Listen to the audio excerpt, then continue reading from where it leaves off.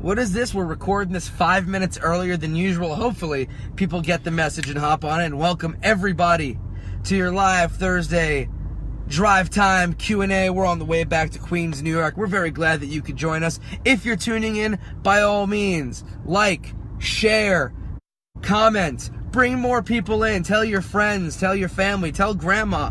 We're family friendly, ain't we? Grandma! King of Chaos here off the boss man, Joey B. Joey, how are you? Good. Tired, but good. Scotty, we were just talking about you. Interesting enough for you to hop in, so. Yeah, send me some of your work. Yeah, Scotty, send Joe some of your stuff announcing. Go ahead, hop in on that. ASAP. Real jerk. Send it to my private message, not on here. Yeah, don't send it here. Send it to him privately. Don't send him your pee-pee, though. Here, Plug likes to do that. I'm joking, obviously, dude. Let's spread that. It's a good kid. Never do that. We're glad you can join us.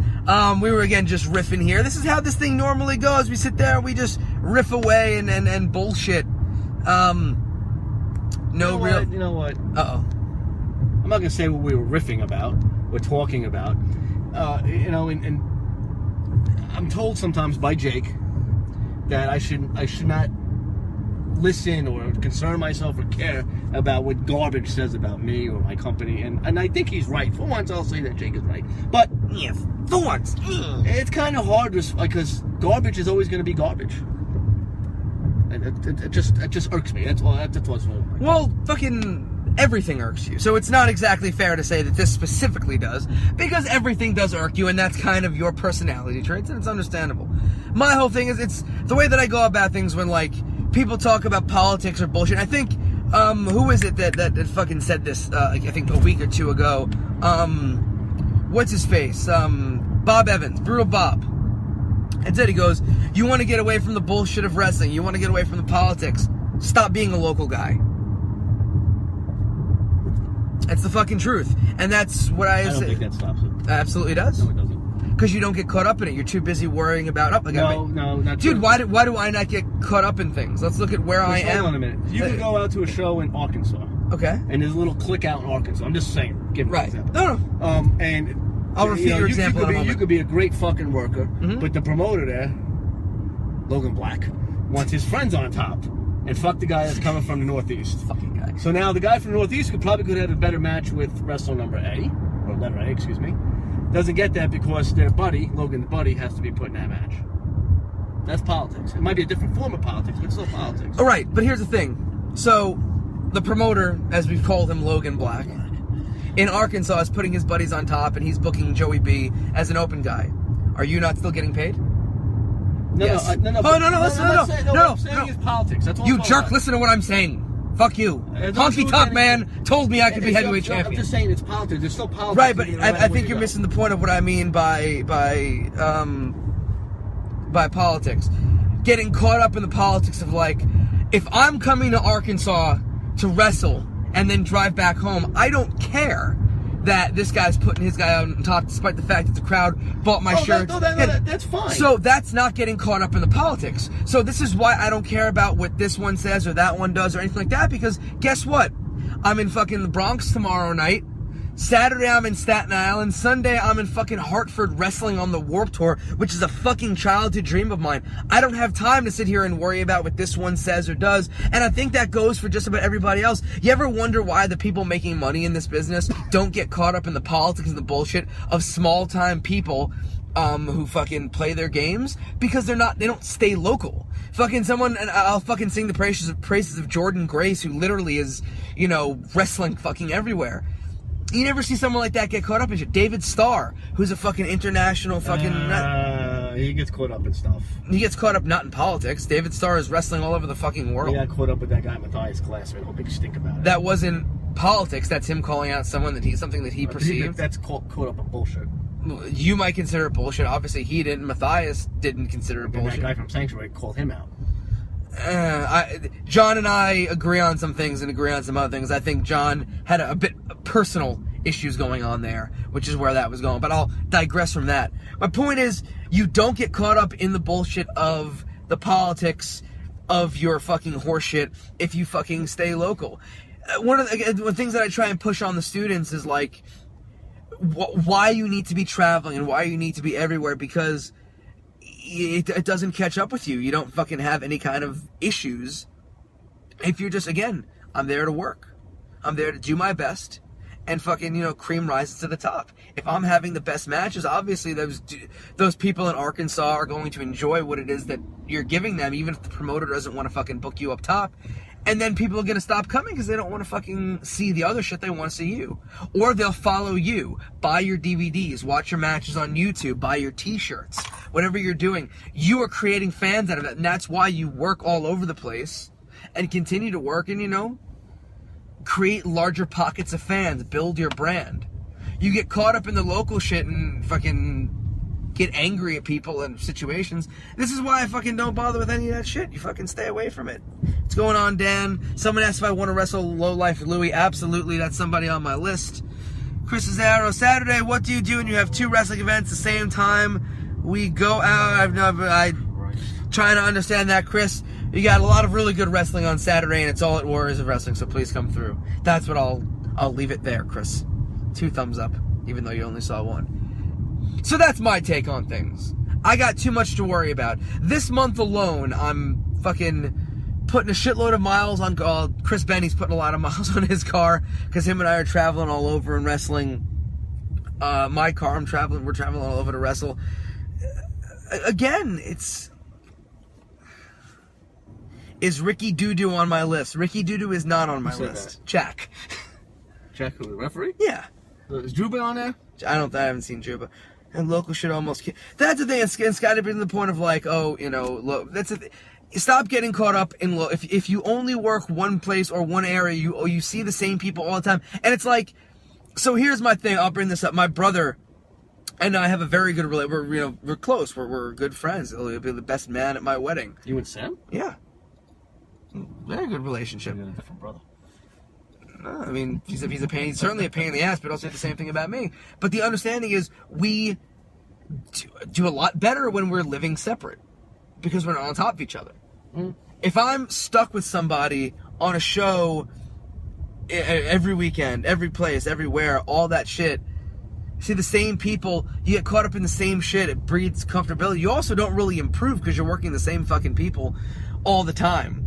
This is why on the studio tapings for Warriors, I always encourage the students. Yeah, I agree. Work people from other places. Yeah. I mean, you're comfortable and you'll have a fine match. Good, but fucking build that out. Dude, I've gotten booked elsewhere from working people. And it's like, hey, I want to have this match in front of a larger crowd or in front of this promoter and this and that. I never understood when I get the studio tapings at the next day or whatever. There's some situations where I personally will put them in there to make sure they're comfortable because... Well, there's some situations like if I want to see something for something in the future, but other than that, I think... But it's also like some of the greener kids, it's like I got to put you against each other because I'm not going to, ruin someone else's experience. What else is going on? Wednesday debut, Wrestlers Lab, Darwin Finch. Well, can't tell me, I don't book anybody. It's contrary to popular belief. If Capital Wrestling and WoW at the same time. Chris, you live on Staten Island. I mean, you make the choice. What's wrong with this guy? I don't know, who knows. As you know, I'd rather be getting my tickets at the door. Who is? Zeno. Hey, Jake, that's it. See, that's the problem. Dan says that's how wrestling is. No, that's how every fucking business is. You have your inter-office politics where, like, if you work anywhere, there's fucking people bullshitting around the quad. Do they even have coolers to bullshit around anymore?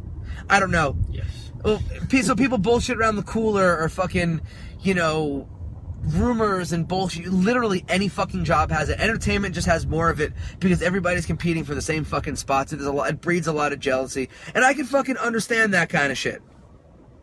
But at the same time, there's no fucking reason for it. There's no need if you're all over the place. With a fucking office job, you can't, you can't, jump from spot to spot and not see the same people every single day. Unless your job is to travel, but then your odds are you're self-employed. Wrestling is like that. Jump around, work different places, meet different people. You know what I mean? Shit. There's no other way. There's no other way to put it. Don't get fucking caught up in the stupidity, because the stupidity is always going to be there. Some places more than others. Well, depending on what your definition of stupidity is, there's fucking varying levels of it. Yeah, true. Anyway, have you watched any wrestling lately?